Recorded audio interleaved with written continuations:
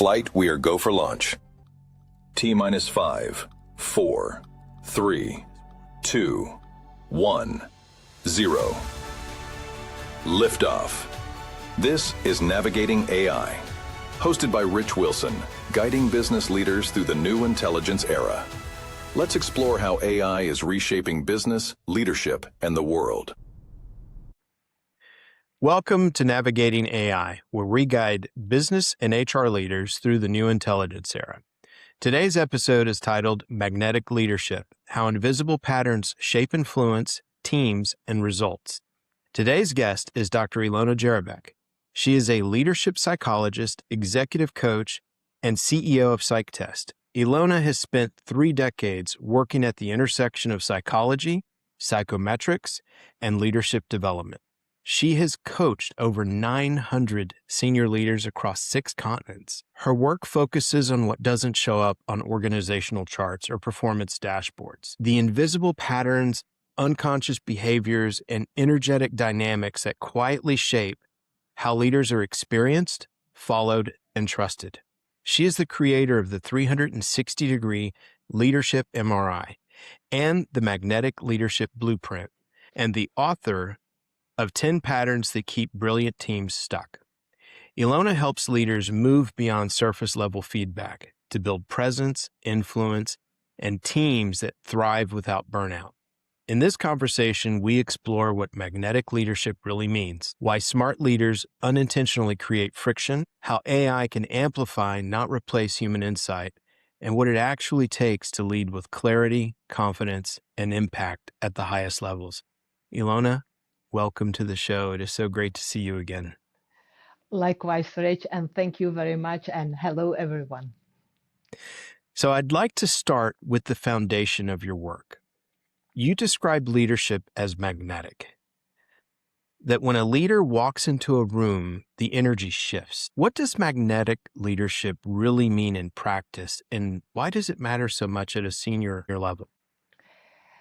Well, Rich, not all leadership is magnetic.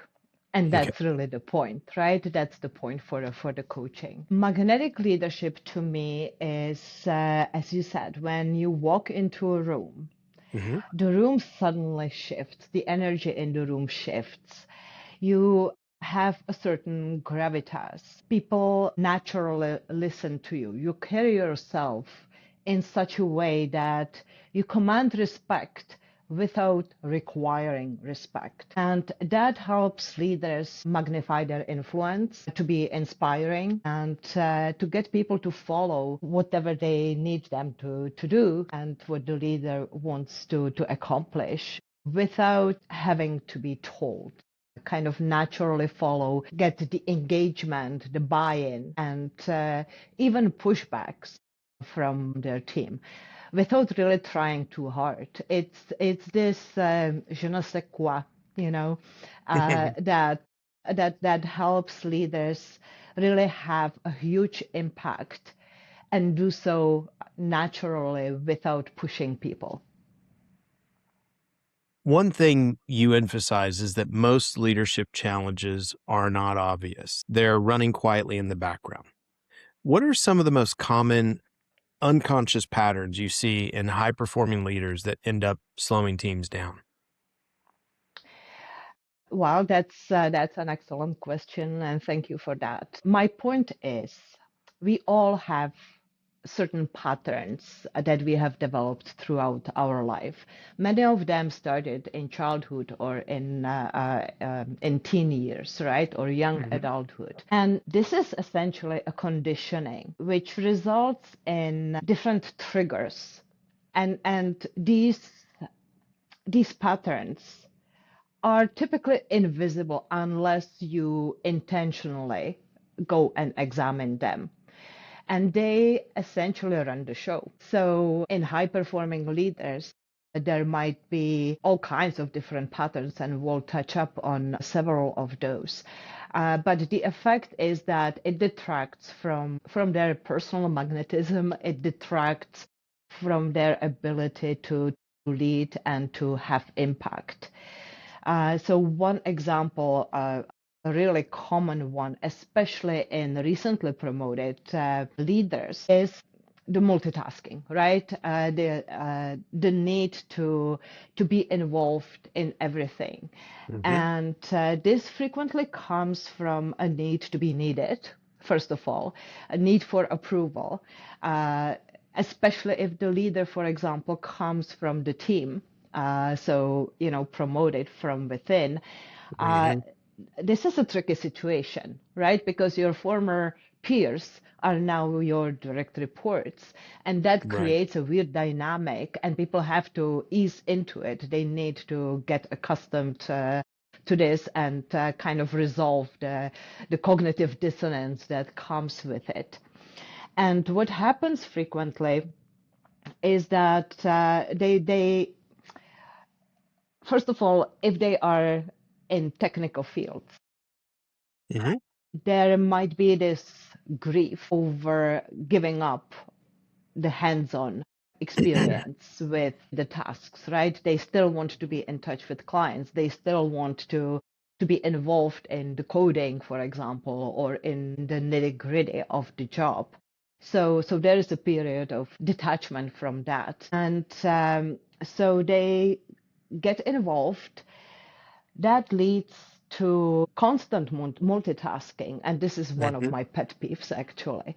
Constant multitasking, running around like a headless chicken, trying to put out fires and resolve this and resolve that. Actually, people get interrupted so many times per day that time budget really gets divided into what we call time confetti. So it's little pieces of time that are dispersed all over the environment, basically. So if you imagine, and I don't know if I'm sure you have experienced that yourself, and I did too. So you are trying to focus on a task, right? Something strategic, for example, or a report that you are writing. And you want to be an inclusive leader, so you have an open door policy. A colleague or a direct report pops in with a question. Well, you drop everything and you answer the question. Then a phone rings or a direct message comes in. And what every interruption means is that you lose, if you are really good, 10 minutes. On average, it's 20-25 minutes of lost time. And you also lose the momentum. Because when you are focusing, you get in a zone, right? Or in a state of flow. And you convey a lot of information into your short-term memory. And that goes down the drain when you're interrupted. So if a company has an interrupt culture and really demanding criteria for responsiveness, that can actually eat up 2 or more hours per day for the person. Okay, so this is one of the most common patterns in our society in general, not just leaders and even high profile leaders, but especially the newly promoted managers fall into that trap. And what that means is they don't really have time for coaching their direct reports. Therefore, they subscribe to the mantra, well, if you want to get it done properly, you have to do it yourself. They keep double checking, reworking, and so forth, and it becomes a vicious circle. So their team is not getting developed. They don't feel that they can fully trust their team. Therefore, they have to get involved. And that also means that they have no time for creative or strategic thinking. Because in order to think creatively or strategically, you need to empty your mind, like have some empty space, right? And that is not happening. So they are constantly overworked, headed towards burnout, and nobody is really happy. That's one of them. You've mentioned the multitasking, firefighting, for lack of a better word, I guess, and leaders being constantly busy and obviously not moving the needle. So why do these smart, very capable people fall into this trap? And what's the real cost to their teams and their strategic thinking? Well, the cost to strategic thinking is that it's just not happening, or Hmm. it's happening on a subconscious level, but they never allow it to float to the surface. Okay. The Hmm. cost to the team is, as I said, people are not getting developed. They don't feel trusted. So they hold back, essentially, or they don't feel psychologically safe to bring up ideas or half-baked ideas. So that's the cost to the team. And to the leader, it's essentially depriving themselves of free time, family time, of course. It's this constant inner chatter as well that's going on in their mind, lack of clarity, lack of direction, and not really focusing on the things that matter the most. That's the biggest cost. So spending 80% of their time on things that are responsible really for 20% of success, right? The Pareto rule, Right. 80-20. Yeah. So building on that, many leaders don't realize how their energy is actually landing. How do you help these people understand the impact they're having in a room, especially when they think they're being clear or helpful? Empathy exercises. That's what I do with my clients. So we take real life situations, Mm-hmm. we decorticate them, and we look at whatever happened from different perspectives. And essentially, I push my clients to put themselves in the shoes of the other people and to hypothesize what might be going on in the mind of their team members, like individual people. How do they view the world? How do they see whatever transpired? Right. And once people are able to do that, even including certain personality traits, like what is the working style of the person? How do they learn? How do they understand the assignment, for example? And when they start looking at the situation or at what they are saying from other people's perspective, that starts to sink in. And when you do that often enough or long enough, people start doing it naturally, in situations without being prompted to do so. And that is really powerful because everything, I mean, we all have our lenses, right? Our Right. filters, and those are determined by our individual patterns. Mhm. So, what you might interpret as an affront to your authority, for example, may not have been meant like that at all. Maybe it's the person's insecurity and they are being defensive, not because they don't want to do the job, but because they don't fully understand the instructions. But they are afraid to ask because they don't want to ask stupid questions, right? So when you get into the habit of putting yourself in the shoes of others, whomever you are talking to, whether it's a team member, your boss, or your spouse, it enhances your communication like you wouldn't believe it. And it allows you to adjust to the audience and to lay out your arguments in a way that is actually going to land the way it was intended. Your 360-day leadership MRI is a major differentiator in your work. What does this diagnostic process tend to reveal that traditional feedback or coaching often misses? Well, I'm really partial to the 360 feedback. The reason is that it provides you with a way to look at how you are being perceived by the people that matter the most, right? Your boss, your peers, your direct reports. And if you look deep enough, if you go for granular information, it essentially paints a picture of how the person functions, how they are perceived by others, because sometimes we have all these, well, sometimes we all have these blind spots. Not just sometimes, we have these blind spots. And they are blind by default, right?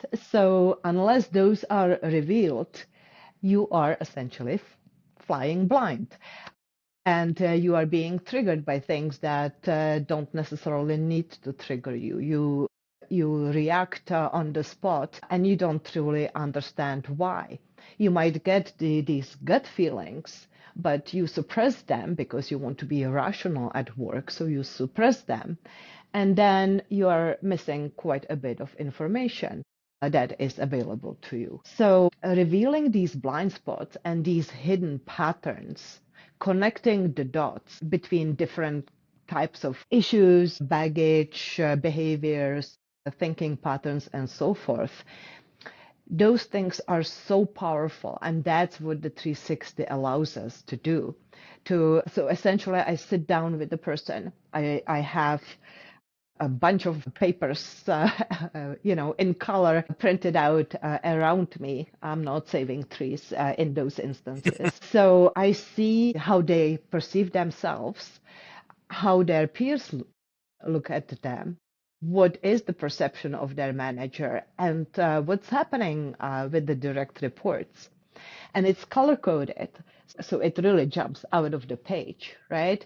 And then there are these connections between the different characteristics or behaviors. And so what I'm looking for are, for example, discrepancies between how they perceive themselves and how their direct reports or the other rater categories perceive them. Those are the classic blind spots. Sometimes it is the classic blind spot. You might think that you are doing well, while others think that that's an area for improvement. But even more frequently, I see what I call the reverse blind spots, where people think or leaders think that they need to work on something, but others think that they are just fine without any additional work. And both of these are really important.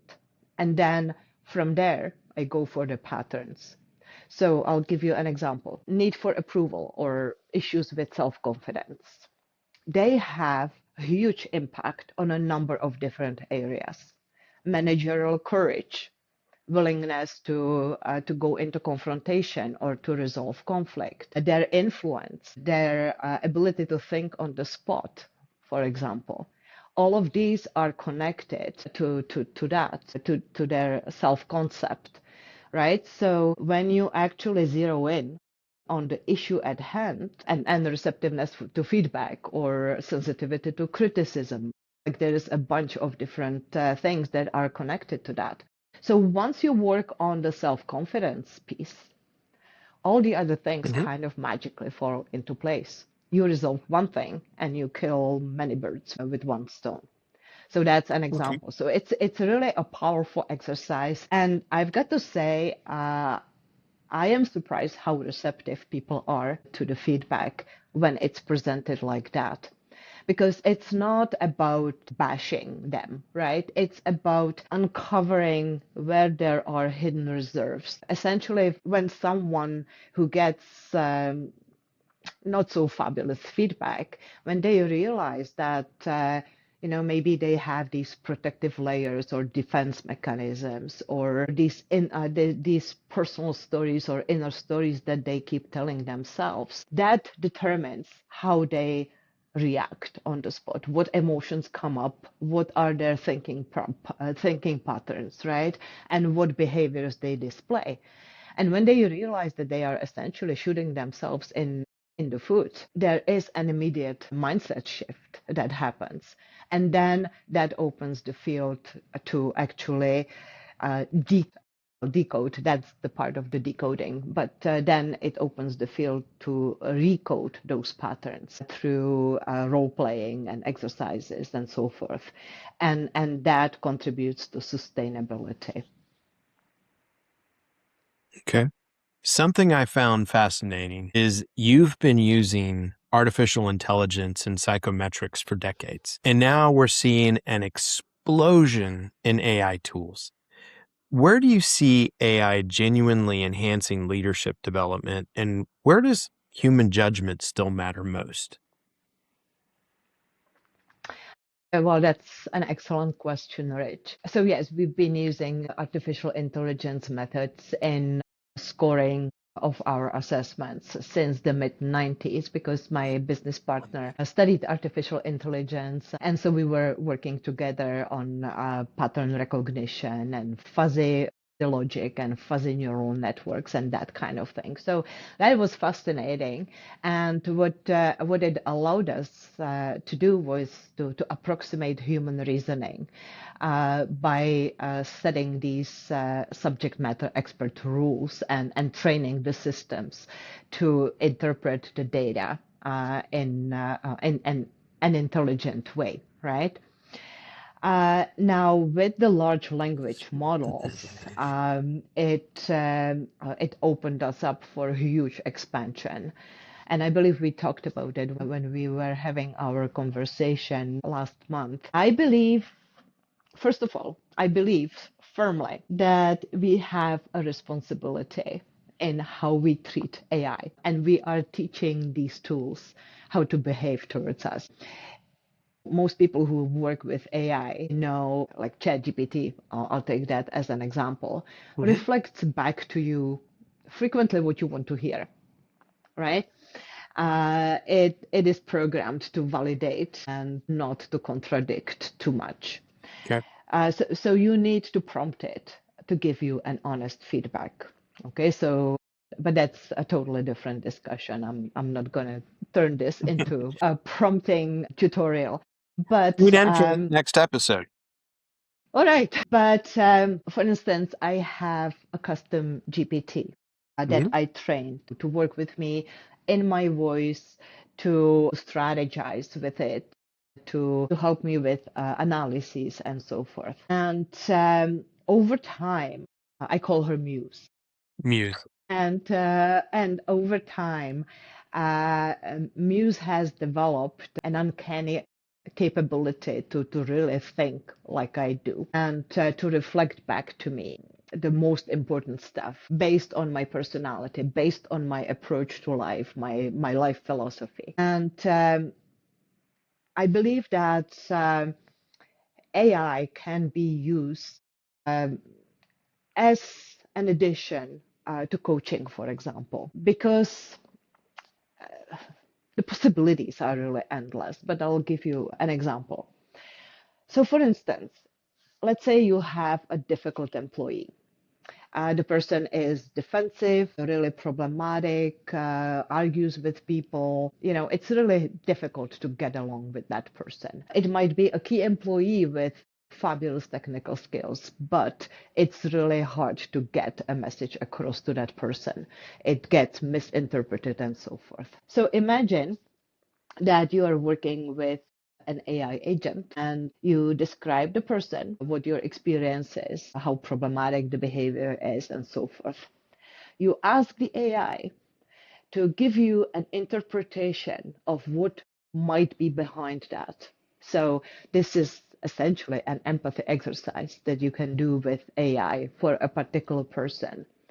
It will outline different hypotheses why the person might be reacting that way. And then you share with AI the message that you need to convey to the person. And the AI is going to tell you how this is going to land based on the personality of the interlocutor. Isn't that amazing? Right? So essentially, it's a simulation of the conversation. And so you can fine tune your message and you can be ready for different paths that the conversation might take. And you will be alerted to the possible cues that will tell you which way it's going.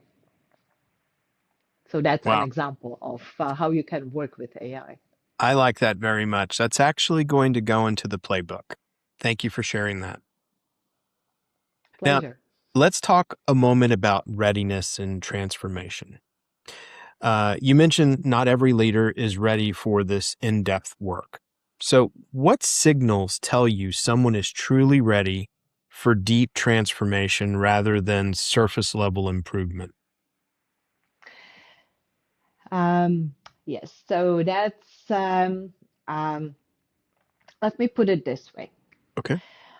A lot of companies promote highly technical people who are excellent experts, and they put them in a leadership role or people management role.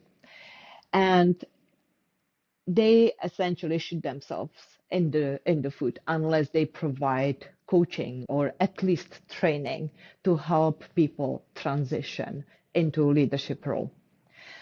Now, that person at that stage is probably in a frantic state of mind, right? Like there's a lot going on at the same time. They Right. are feeling awkward about now be leading the team. They might be afraid to fail. They might be overwhelmed by all the different tasks, the learning curves, and so forth. Now, they may not be in the right state of mind to do this deep work, but that's the moment when they need support the most. Okay, so it's a give and take. In my opinion, the vast majority of people can be led into being ready, into being Right. coachable.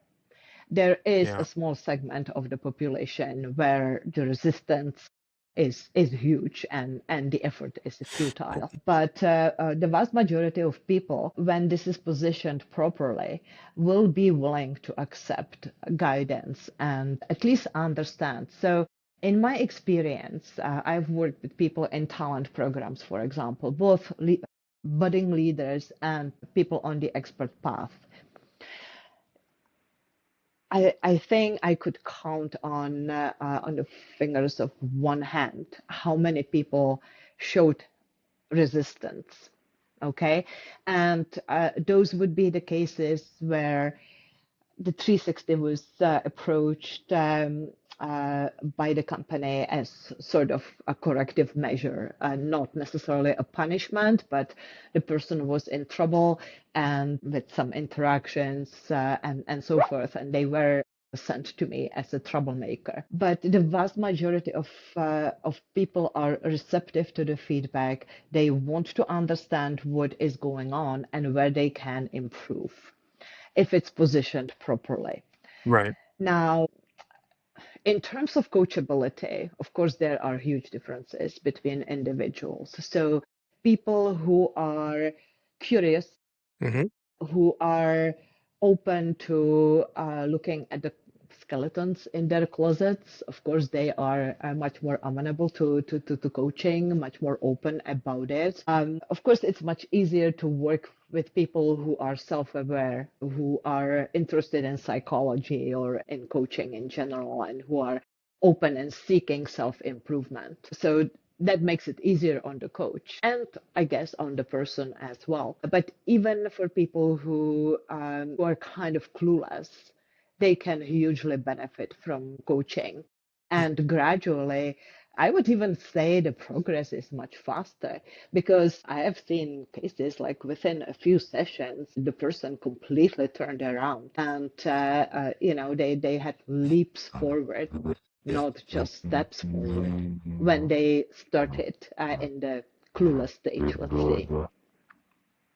Wow. So cues, it really depends. Like the cues are very different in different people. But really, anybody who goes into this is really kind of riveted and they gobble up the feedback. Well, that's good to know. Very good to know. So, believe it or not, the time has just flown by. We are actually near the end of our episode. And before I wrap, I always like to dive into a little bit about marketing with our guests. So, on the visibility side of your work, what marketing channels are working best for you right now? You're operating in 6 continents. I'm assuming there's a really powerful referral base, but is there anything else that's working for you? Well, Rich, we've been flying under the radar for most of our existence, actually. So Well, we've been in this business for 30 years. We only started really marketing a couple of years ago. Before it was basically PR. So we've got a huge library of assessments. We've got more than 200 tests available, validated, scientifically developed. And so, because we started in the mid 90s, we had a really good search engine positioning because we were really the first company to offer personality tests online. So, all the roads led to Rome. Well, that's no longer the case, of course. There is much more competition, but we were getting leads from search engines, and not even leads. I mean, people were coming to us and just Right. they wanted the services, right? Mm-hmm. We also have public websites where people can take abridged versions of our assessments, so that has been historically a source of leads for the B2B aspect. Referrals, as you mentioned, definitely for our off-the-shelf assessments, for the coaching, as well as for custom assessment development, because we offer that as well. Custom tailored assessments for a particular role or competency model and so forth. Recently, we experimented with direct messaging on LinkedIn. But LinkedIn is a pitch fest, and that's not really working very well for coaching, certainly not.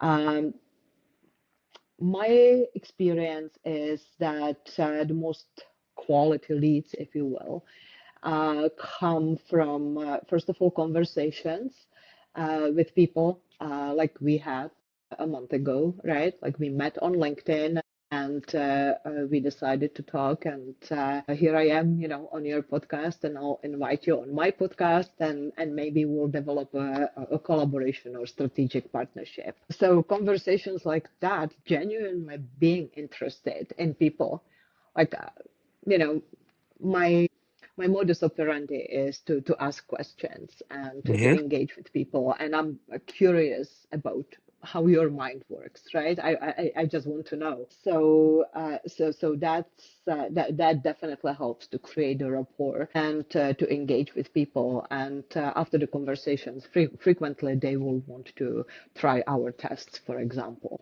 And we have a free trial for Arch Profile, which is the delivery platform, and we can link that in the description if you are willing. That's actually my next question. So for these business leaders that are listening and they're thinking, we could really use this level of insight, what's the best way for them to connect with you or just learn more about what your company does?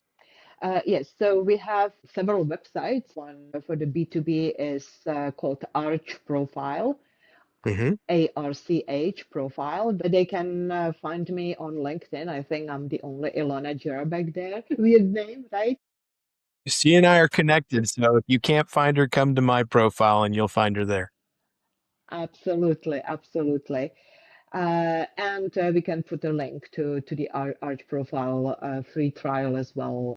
So LinkedIn is one of the best ways to get in touch with me personally. And otherwise, you can go on the website and explore the assessments that we have and the different kinds of services, including using assessments for to support hiring decisions or promotions, or just developing current employees, talent programs, 360s, coaching programs, and so forth, custom tests.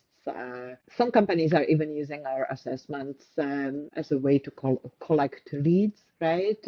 Or for marketing purposes. We do licensing, we do hosting of other people's tests as well. So there is a variety of services. People can learn about that on our website. Ilona, this has been incredibly insightful. Thank you so much for being on the Thank show. you. I look forward to our next conversation. Thank you very much, Rich. And thank you to your audience for listening. Mission accomplished. This is Navigating AI. Subscribe for more insights into how AI is transforming business, leadership, and the world. Until next time, stay curious, stay ahead.